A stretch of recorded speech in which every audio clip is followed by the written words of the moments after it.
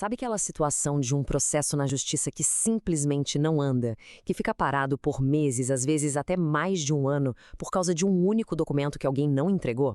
Pois é, isso acontece muito mais do que a gente imagina. E hoje, a gente vai desvendar como essa pequena falha pode ferir um princípio super importante do direito, atrasar a vida de todo mundo e ainda por cima prejudicar o próprio sistema judiciário. Essa é a grande pergunta, né? E a resposta, olha, é mais complicada do que parece. Não é só burocracia, não. É uma verdadeira cadeia de eventos onde uma tarefa que parece simples acaba travando o sistema inteiro. Vamos entender juntos como isso acontece. É isso mesmo. Um ano. Inteirinho. Esse é o tempo que um processo pode ficar na gaveta por causa de um detalhe. E o mais chocante é que, na maioria das vezes, não estamos falando de um caso super complexo, mas de uma falha processual bem básica. Ok, vamos mergulhar nesse enigma. Como é que um processo chega nesse ponto de paralisia? A resposta, muitas vezes, não está na dificuldade da causa em si, mas nesses pequenos detalhes do procedimento. E o ponto crucial é esse. A demora é frustrante para todo mundo e ataca de frente o princípio da celeridade, aquele que deveria garantir que a justiça fosse entregue num tempo razoável. Quando isso não rola, a justiça, na prática, acaba falhando. Para isso não ficar só na teoria, vamos analisar um caso real. É um exemplo perfeito de como a ideia de uma justiça rápida se choca com a realidade do dia a dia nos tribunais. A situação era a seguinte, bem simples. Uma das partes do processo foi intimada, ou seja, avisada oficialmente, para apresentar um extrato bancário e o contrato original. O prazo para isso era lá no final do ano anterior. Parece fácil, né? Só que um ano inteiro se passou e nada dos documentos aparecerem. E a justificativa para não entregar foi uma frase simples. Ah, mas ela sabe que o valor entrou na conta. Só que essa lógica ignora uma regra fundamental do direito. O que não está nos autos, ou seja, dentro do processo, simplesmente não existe para o juiz. A percepção de uma pessoa não vale como prova. E a consequência direta é essa. Sem os documentos, não tem como provar de onde veio o dinheiro, rastrear a transação, validar os fatos. A perícia, que é aquela análise técnica feita por um especialista, fica de mãos atadas. E o processo inteiro fica travado. Agora, vamos dar um passo para trás e entender o conceito jurídico que está sendo quebrado aqui. Afinal, o que é esse tal princípio da celeridade? A definição é bem clara. A justiça não tem que ser só feita, ela tem que ser feita em um tempo hábil. Porque um direito que demora demais para ser reconhecido pode acabar virando uma injustiça, né? Então, na prática, celeridade quer dizer exatamente isso.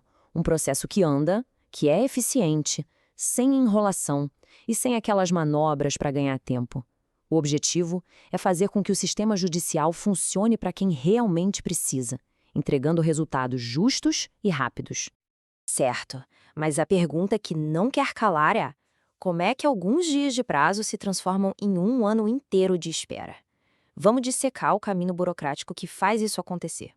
Olha só como o tempo vai se somando. Primeiro, a intimação é enviada. Aí tem um prazo só para a parte tomar ciência. Só depois disso é que o prazo em dias úteis começa a contar de verdade. Se isso acontece perto do fim do ano, pronto, o recesso do judiciário congela tudo. Os prazos só voltam a correr lá em janeiro. E o ponto-chave: se a parte não entrega o documento, o ciclo todo recomeça. O juiz tem que dar outra decisão, mandar outra intimação e lá se vai mais tempo. Isso resume o absurdo da coisa toda.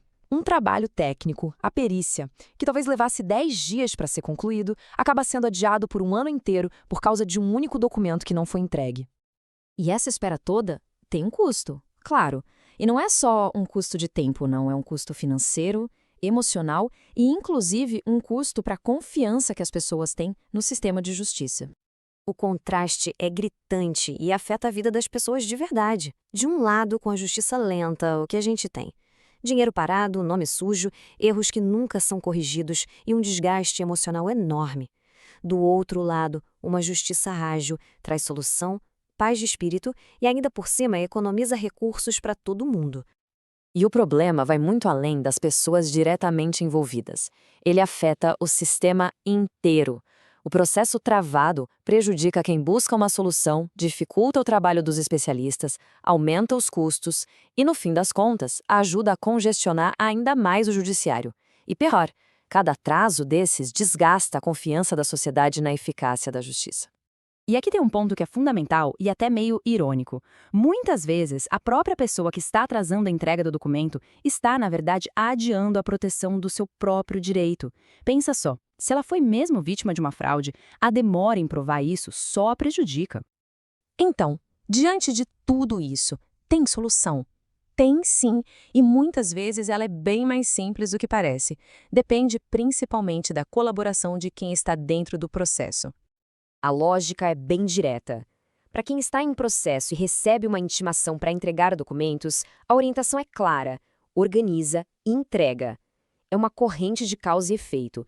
A entrega rápida libera o trabalho do perito, que, por sua vez, acelera a decisão do juiz. E, finalmente, resolve o problema que está paralisando a vida de quem espera por uma decisão. E, no fim das contas, é disso que a gente está falando. Celeridade é muito mais do que um termo técnico dos códigos e das leis. É uma questão de respeito fundamental. Respeito pelo tempo, pela ansiedade e pela vida de quem vai buscar no judiciário uma solução. E essa é a reflexão final. A justiça lenta consome o nosso recurso mais valioso e que não volta mais. Colaborar com a agilidade do processo não é só uma obrigação da lei. É uma forma de valorizar o tempo de todo mundo.